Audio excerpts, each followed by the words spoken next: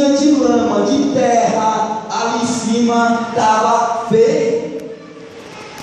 Eu acho que foi para ele que eu falei isso. Queridos, o zelo da casa do Senhor, cheguei, os pés está sujo, não precisa tirar. Se quer tirar, tira, fica à vontade. Mas vamos bater, a gente tem, isso é um zelo, né? Ele chegou esses dias, passou um paninho, chegou, viu? Amém, irmãos. Irmão Marinaldo, às vezes chega aqui, às vezes eu abro a igreja, ele chega aqui, vê uma coisinha, ele está, isso é um zelo da obra do Senhor, mas o Senhor quer um zelo maior do que você para com ele, querido. Amém. Nós temos que ter cuidado, queridos, quando nós entrarmos na casa do Senhor. Eclesiastes capítulo 5:1 diz que guarda os teus pés quando entrares na casa de Deus. Aleluia.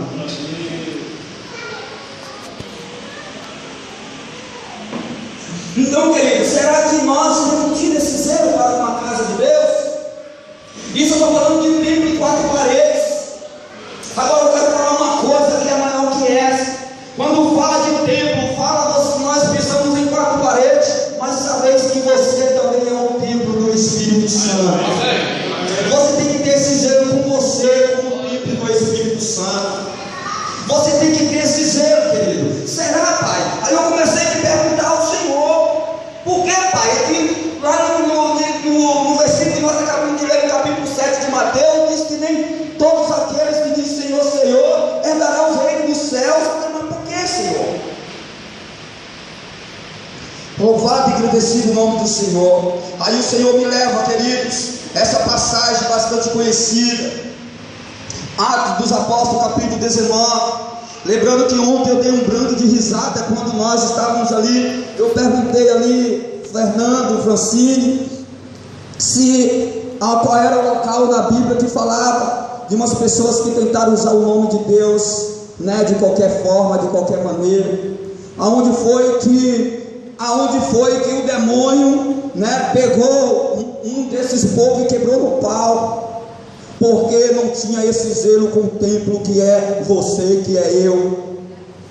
E aí eles ficaram assim, não estou lembrando, e esse texto vai falar sobre isso. Não são todos que me dizem Senhor, Senhor, que herdarão o reino dos céus. Você pode até pregar a palavra, você pode até orar enfermo, você pode até impor as mãos sobre demônios, mas isso não quer dizer que você vai herdar aquilo que está reservado. Não quer dizer que você vai ter uma eternidade com Cristo, não. Porque essa passagem dá essa referência. Eu vou ler para que os irmãos atentem, né? A partir do versos 13, né? Atos dos Apóstolos, capítulo 19, diz assim: alguns judeus que andavam de um lugar para o outro, expulsando o espírito mau, quiseram usar também o nome do Senhor Jesus para expulsar os espíritos maus, e dizendo a eles: pelo poder do nome de Jesus, o mesmo que Paulo anuncia, eu mando que vocês saiam. E os homens que faziam isso eram os 7 filhos de um judeu chamado Cefas, que era um grande sacerdote.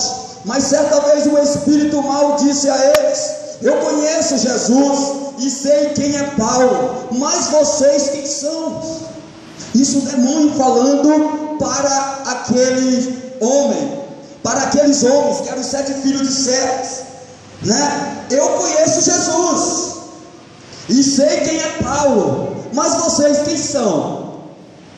Então o homem que estava dominado pelos espíritos maus atacou e bateu naqueles com tanta violência que eles fugiram daquela casa feridos e com as roupas rasgadas. E todos os que moravam em Éfeso, judeus e não judeus, souberam disso, e eles ficaram com muito medo, e o nome do Senhor se tornou mais respeitado ainda. Então muitos dos que creram vinham e confessavam publicamente as coisas más que havia feito, e muitos daqueles que praticavam feitiçaria ajuntaram os seus livros e o trouxeram para queimar diante de todos. Quando calcularam o preço dos livros queimados, o total chegou a 50.000 moedas de prata. Assim, de maneira poderosa, a mensagem do Senhor era anunciada e se espalhava cada vez mais. Você viu, queridos? Com certeza, esse Jobes era filho de um grande sacerdote. A palavra de Deus relata, fala, acabou de falar isso. E com certeza eles usavam o nome de Deus. Ele orava porque a palavra diz que ele saía expulsando os demônios.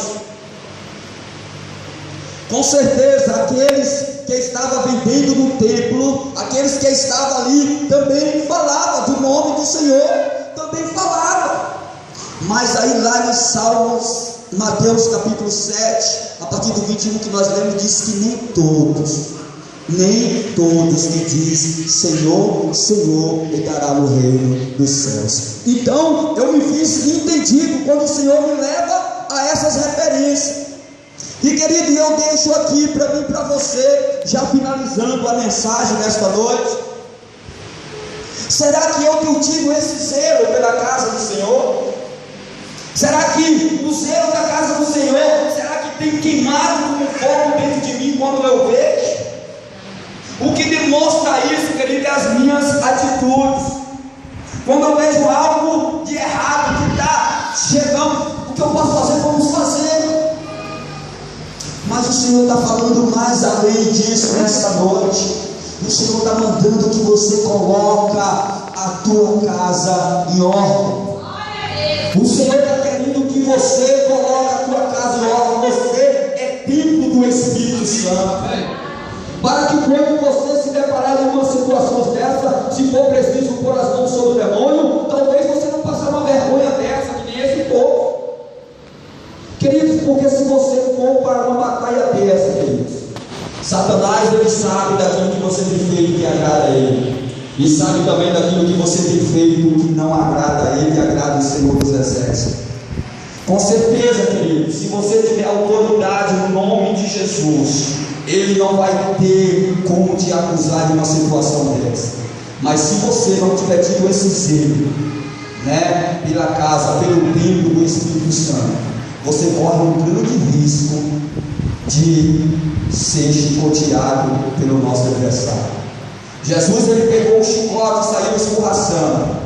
Se Jesus entrasse em igrejas nessa noite, quanto é de igreja, queridos, que nesse momento não dá uma maquininha, não dá um carnezinho, às vezes vendendo cura, vendendo milagre. Queridos, com certeza o Senhor ia descer o chicote de muitos, assim como através da palavra dele, desceu o chicote em mim e talvez está descendo em você aí, porque a palavra de Deus diz que a palavra de Deus é uma espada de dois gumes, que ela corta tanto lá como aqui.